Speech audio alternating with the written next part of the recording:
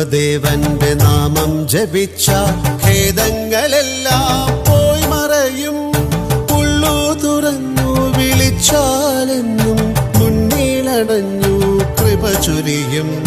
മുന്നിലണഞ്ഞു കൃപ ചൊരിയും. മുത്തപ്പദേവന്റെ നാമം ജപിച്ച ഖേദങ്ങളെല്ലാം